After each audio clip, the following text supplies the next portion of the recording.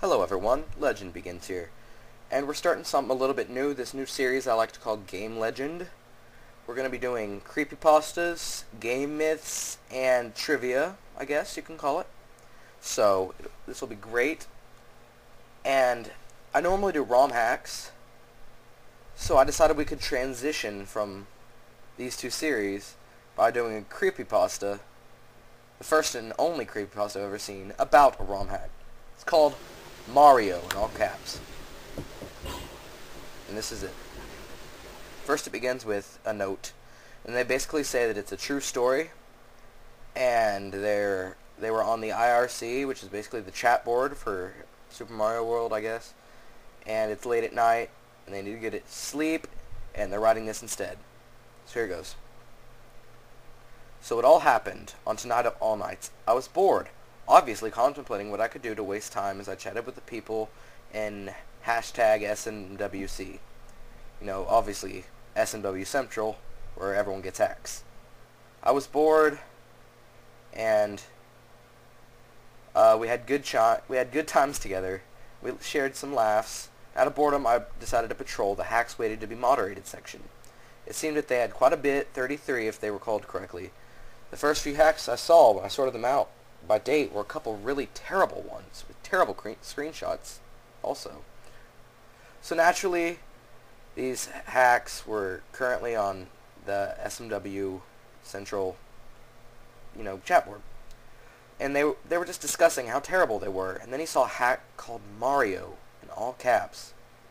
It was just that, nothing more, nothing less.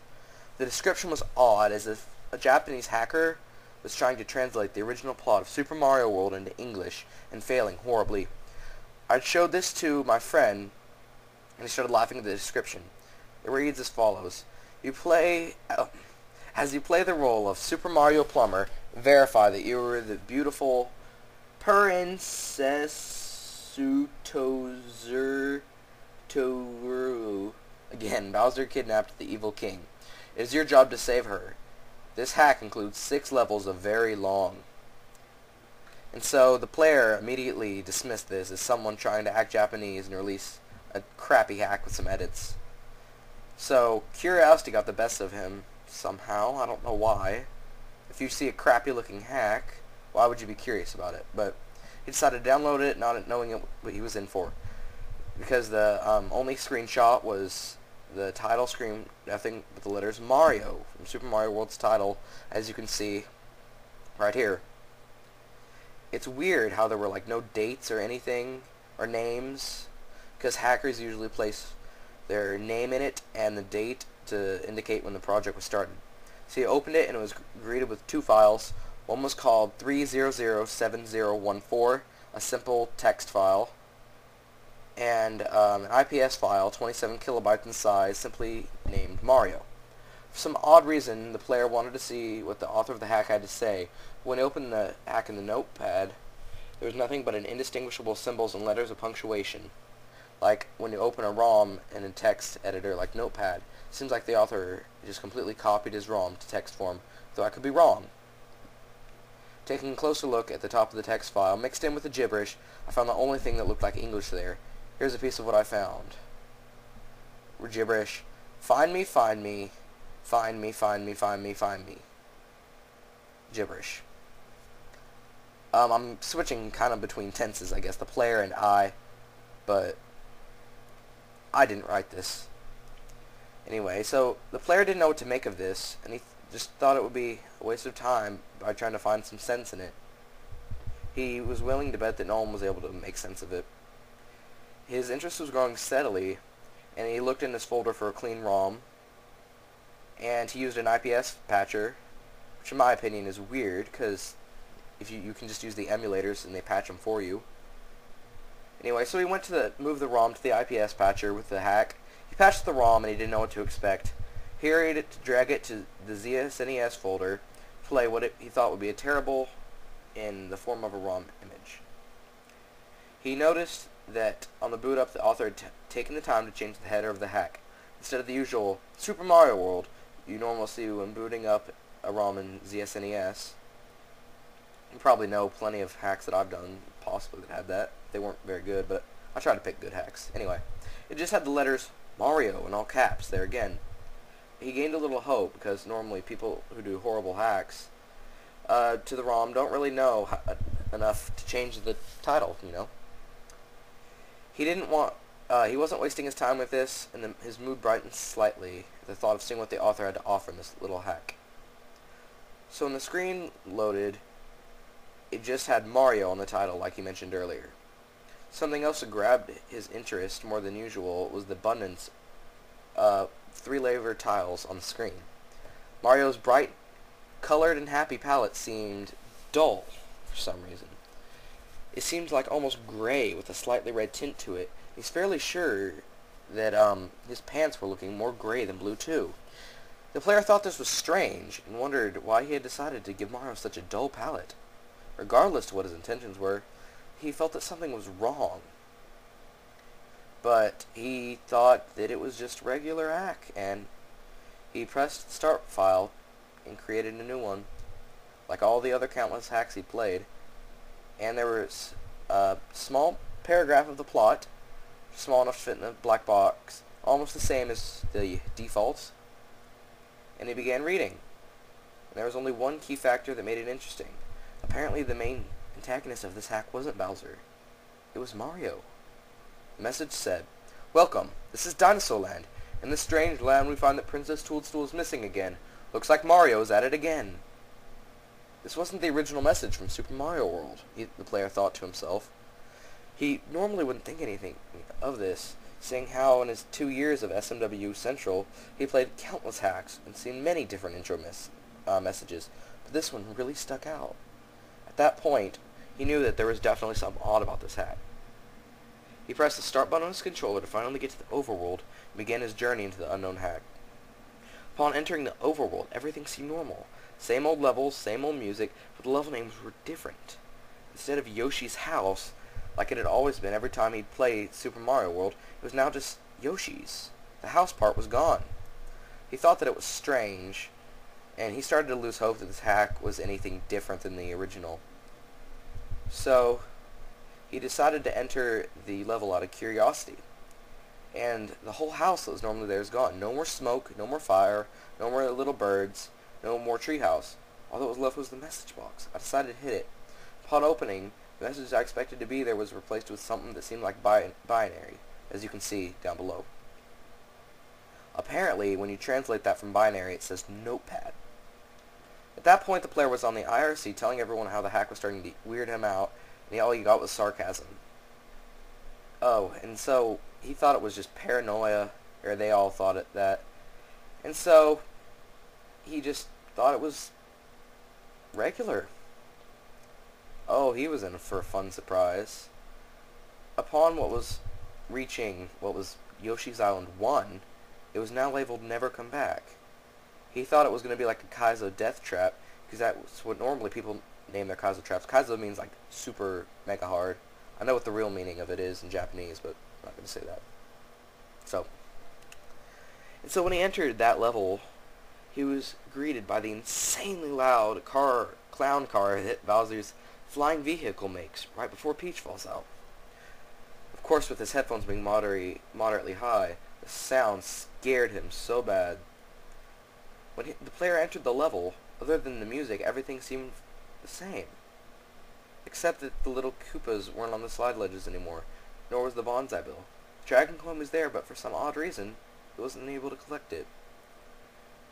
The bonsai bill, where the spot where the bonsai bill normally shows up, there was only brown. You can only assume that this was a revisit to the level after he had beaten it, after he heard some creepy stories in other Mario games. Now he started to wonder, what did Mario do? What could he have done? So he continued, and he saw a familiar black box again. The message was edited, obviously. It read as follows: "Point of advice, I hate you." Now he thought that things were starting to get the vibe that author was a very twisted and warped individual, and that he was right about Mario having done something. So he just kept going to rush to the end of the level, and he came across another message box. This one was just a blank box, with point of advice at the top and nothing else. I quickly disregarded it, and he tried to free himself of the scary level, apparently. Upon reaching the end, he saw a fire flower at the top block, but it was too high for him to reach. So he decided to head up to the path that normally leads to the Yellow Switch Palace, and he found that when he entered the main overworld, all other land masses and decorations besides the ghost from the ghost house in Yoshi's Island itself were gone. Nothing really changed at the Yellow Switch Palace except the switch message. All that changed was Switch Palace was changed to Mario World. Boring. So he thought he was done with this abomination, but he found out that Yoshi's Island 2 had also been edited. Oh joy, he thought to himself. When he reached the Yoshi's Island 2, it had been renamed to Yoshi's House. So he decided to enter and found that the palette of the level had been changed along with the background. It seemed to have been changed to the same palette as Yoshi's Island 3. He decided to explore the level a bit and came across the trail of Koopas that people used to get free one-ups with. He decided to ignore that and see if there was any more of the level that was changed. He eventually came across the question mark that holds Yoshi and decided to free him. Upon freeing him, he got this message. Hooray! Thank you for rescuing me. My name is Yoshi. On my way to rescue my friends, Mario trapped me in that egg. He was wondering what kind of sick hack he was playing. But he took the bait and kept going. Somewhere not very far off from the Yoshi question mark block, he found a message. Same place that he remembered it had always been. Is that if he learned anything from playing this, whatever had to be in that message box was not even going to be remotely normal in the slightest. Made him hesitant to hit it, but he ended up doing so anyway. He wanted to find out more. The message was as follows. But is there anything I can do to change your mind? Now he was really freaked out. What did he mean, change his mind? Was Yoshi trying to talk to him through the message boxes? Or was it about him? Was this about Mario? Or people trying to convince him to stop? But he decided to keep going. He came across another message box. He decided to hit it. He was greeted with this another cryptic message. Point of advice. This is the selfish way out. What could the selfish way mean? Was he calling him selfish to continue to play the hack despite the warnings?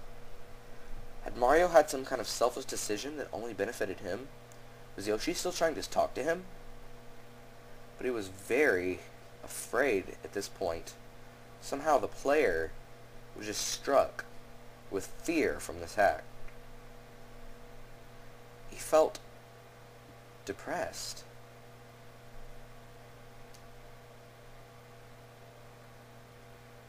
So him and Yoshi, which he still had at the time, opened up the next path to the overworld. It too was changed. What was once Yoshi's Island 3 now read as Yoshi's Island 7. Memories of Super Bobato World flooded my mind. How the levels would take giant leaps in number in order to make him seem ridiculous. Though this time I didn't find it quite as humorous due to common sense and the obvious reason explained earlier. Super Bobato World must be another hack. Obviously. So it was just a clear stretch of land. There's nothing else. He finished it quickly, and he lost interest. With the level beaten, the new path opened up. Yoshi's Island 4 was just leave now. The player hesitated and thought about stopping playing, but his interest kept him going. Now there was nothing on the forum except for him posting findings about the hack, so others could experience it. But it was unusually inactive, like no one cared or wasn't around. This time, he finally felt alone. He proceeded to the next level. For the most part, everything seemed the same, except now that there was no water at all from keeping him from falling into the pits without using Yoshi as a sacrifice. The level was also void of all enemies as well. Whenever he got to an area that seemed too far to jump, he could just walk right across the air, without having to use Yoshi for a second jump. It's like the hack wanted him to keep him. He could tell that much. Now he came upon another message box. He couldn't really make sense of it. You get if you cut at the end. If you collect, you can. For a moment he tried to figure out what the box meant, but eventually he just gave up and beat the level. He figured that the box wasn't worth the time anyway. With the level beaten, it took him to the first world castle, now renamed from number 1 Iggy's Castle to number 1, Go Back. He sure did feel welcome here. He decided to completely ignore the level name because he just wanted to get this hack over with. There was a darkish, bluish, greenish, black lava on the ceiling. There were goal points that looked like pillars. Aside from that, next to each pillar, there was an increasing amount of message boxes next to each one as I got further. The room was basically a big hallway, with no enemies of the sort. Every message box I pressed either gave me a blank box with Yoshi's signature at the bottom, or the message that reads as follows. Don't you think you've caused enough trouble? Another cryptic message, although at this point I wasn't surprised, not at the slightest. So, it's like they were trying to tell the player to stop playing. Obviously he ignored them and kept going. He eventually reached the end of the hallway. There was a door which he entered, and it was welcome nothing but a small section of land. At that, the level's auto-scrolling, so I figured this must be the end, that the author wanted me to jump into the pit and commit suicide, and then end my journey. I was wrong. The auto-scroll pushed me off the ledge, and I was still walking, unfortunately. The whole level was nothing but a long stretch of invisible land to another small piece of land, just big enough for the boss door to fit. The auto-scroll came to a stop, and he prepared for the worst. He gathered his composure, swallowed some of the spit in his mouth, took a deep breath, and he entered. Nothing but a normal Icky boss. He felt cheated in a way, but he was happy to think that it was finally over. He defeated Iggy with 2 jumps effortlessly, which was the quickest he'd ever beaten him before. After he fell into the lava, the course clear message popped up as usual. It ended and was brought to a rescue egg scene, though instead of the usual message, it was shown something disturbing and vastly different. Like a profile of the scene of a crime, it was as follows. Victim number 1. Eyeballs were unable to be found. The victim was found lying on her carpet. Cause of death is unknown. Hand marks with unidentifiable fingerprints found all over the corpse. He read the disturbing message. It was just a hack, but still. He found it crazy that this could possibly be real. And so, to his surprise, it still showed the path for Donut Plains. So, he continued to the one level on a giant map that was once the main world. It was called Donut Plains 1. He thought that they were finally done, but when he entered the level, as he could see like that the previous times, he was once again. Upon entering, there were 2 message boxes. They said as follows. There's no way out of here. Fly away. He found it strange that both message boxes were contradicting each other. One was telling him that there was no way out, and the other was telling him that I could fly away, that he could be free, but he saw no feather, enemies to grab one. Was it telling me I could either rise up and go to heaven, or stay here forever, wallowing in despair? Did I need the cape to proceed? What happens after this? Is the whole game like this? He began to create way more thoughts, and so he proceeded to walk right. He made a jump, but found that he was stuck by an invisible wall. He thought he had hit a dead end. When he tried moving right again to see if there was any way to go on, he heard the pipe sound. And so he thought that was really odd that there was no pipe. And then there was a black background. Stone blocks were ground and a small door. He was given the mushroom to prevent him from entering it. So he proceeded further to see if there was anything else in the level. He found that the room was nothing but a long stretch of concrete blocks and doors, too small for him to enter because of the mushroom he got. It was obvious the author didn't want him to go through any of them, or he wouldn't have gotten the mushroom in the first place. As he proceeded, he found himself at a dead end. Since there was nothing left for me to look at, he tried to go right again. It worked. He went straight through the brick wall. It acted like a pipe, and the pipe animation looked like I was going into the darkness. He was in a small room with what seemed like a pit and a wall. He jumped down to see the pit to see if there was no other option. But the bottom of the pit was solid. He kept pressing down a bunch of areas until he came across the pipe. Mario slowly did the pipe transition downward off the screen. Expecting another level, he waited, but there was no more, just a black screen. He was unable to continue, unable to pause or exit the level, or move. There was nothing at all. This was the video game representation of a death. A crash. Mario has died. He thought the game was done, but as he was exiting his ZSNES, he got a blue screen. No words, just a blue screen. As nothing happened for a few minutes, he shut off the computer, thinking the hack must have crashed my computer or something. As he turned the computer back on, he was greeted by a black screen, saying, "Now you shall suffer a few moments of the same fate." He was really freaked out by then. There was no way someone could make a hack do that. He was brought back to his ZSNES, but couldn't exit out of it. He saw Mario and Yoshi in the middle of the darkness, doing nothing. Then after a few seconds, out of nowhere, a scary picture popped up for about 2 seconds. He doesn't know how to explain the picture, but he could say that it looked like victim number 1. Then the electricity went out, and it was completely dark because he was playing at nighttime. Mario and Yoshi were still on the screen. His door was somehow locked, and he was trapped. For about 5 minutes of him getting freaked out, the lights came back on, and the SNES exited out on its own. He went back to the regular computer screen, and he found out what was happening. He thought Mario was atoning for his actions, eventually being plummeted into a place that looked exactly like Yoshi's Island, where he was lost in the grip of death forever.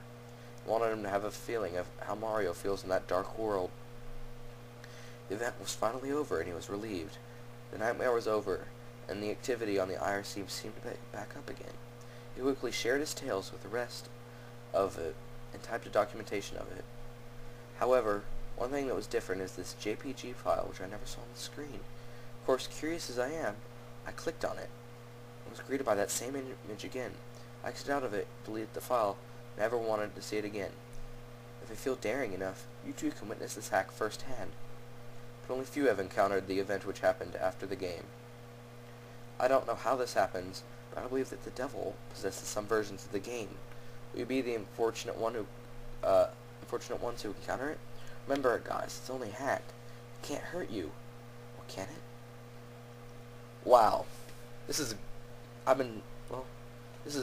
pretty good creepypasta. Tons of people find it amazing, but for me, I don't really like it personally, because I don't feel like it's scary. Creepypasta is supposed to be at least creepy, and this didn't seem creepy at all. It seemed like a hack that made no sense. I guess it's that you can create your own imagination of what it could be, but yeah, but anyway, but that image is pretty creepy. It should be up right there. Ugh. Okay, I'm putting it away now. You don't really want to see that. Anyway,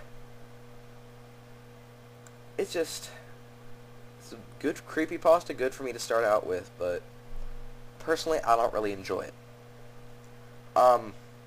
Overall, not taking personality into this, probably a 7 out of 10. I give it a 4 out of 10. It just wasn't creepy, I don't think, at all. It didn't seem real, even though it does have a real hack with it. The cool thing about this is you can actually see the forums, and he was posting this just like one after another. So that's, I guess, what makes it creepy. This could actually be real. Could it? He was posting these like one after another thread, and it happened just as he described. It was only this, something happened. He waits a little bit and he posts it.